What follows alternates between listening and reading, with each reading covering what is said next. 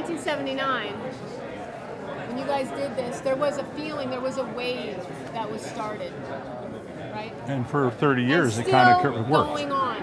I have the feeling that with what you're doing now, that there's going to be a resurgence because there's plenty of artists out there that are ready to step up to the plate. There was a wave of opposition in the 30s to the development of nuclear power.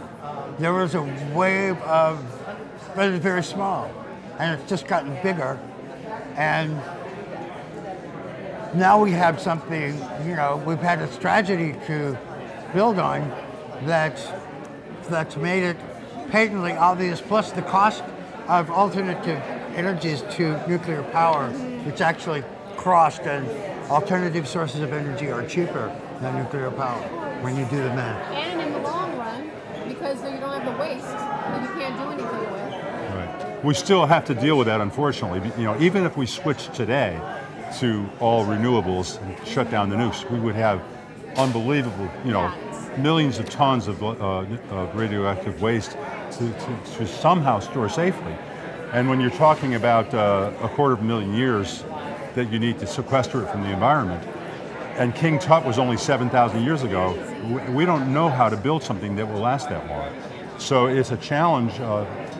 I grew up in the Sputnik era, the post-Sputnik era. My dad's a PhD in electrical engineering, and I was taught science can solve any problem, you know, but it can't. Maybe 99% or 99.5% of the problems, but when you get that last percentage point, and if it happens to be nuclear, you're really in trouble. You have to think ahead enough. When the 1% is deadly, you've got to avoid it. You've got to plan ahead first before you build it. Are they just naive? No, they were making money. It was the same people that invested in coal and then oil and then uranium. It's the more insidious version of naive. Yeah. Denial. Yeah, denial. And just the profit, that's all it was? It was just a profit motive? Well, I mean, that and talking themselves into believing their own PR when they said it would be too cheap to meter back in the 50s, you know.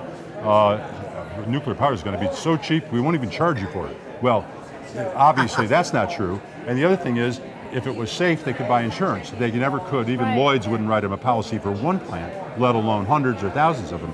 So the taxpayers here, the Treasury, underwrote them. We are the insurance company for the nuclear industry under the Price-Anderson Act, and no other industry has ever had that advantage. If solar and wind and geothermal and small hydro were indemnified to the tunes of hundreds of billions of dollars, we would have it. It would be here today. We all have solar panels on roofs. We wouldn't be talking about, we wouldn't have to do the show, unfortunately, because I like doing these shows.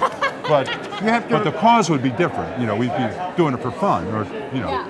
But the fact is that there was a lot of misinformation, and there were a lot of people who are either ignorant or talk themselves into believing some scientific cockamamie thing that we'll fix it later. Well, now is the later. We better, you know, figure it out now. There's also a very well-funded opposition to any kind of reason, and they really make a lot of money taking advantage, keeping us in the dark, and with deregulation. And I mean, you look at the Tea Party and you know, the right-wing news. You've got to look at who funds them, you know, and pretty soon you begin to get an idea of who these people might be. They're very short-sighted.